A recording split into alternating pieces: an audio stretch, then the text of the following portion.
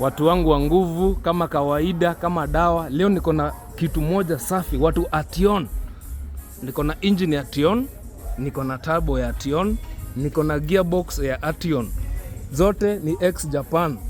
So kama uko na Ation na uko Nairobi, uko Mombasa, uko within Nairobi County, uko within Kenya's border, ama uko East Africa, that is Tanzania and Uganda, na umesumbuliwa na gearbox ya Ation model 2018, gearbox ndio hiyo, engine ndio hiyo, turbo yake ndio hiyo.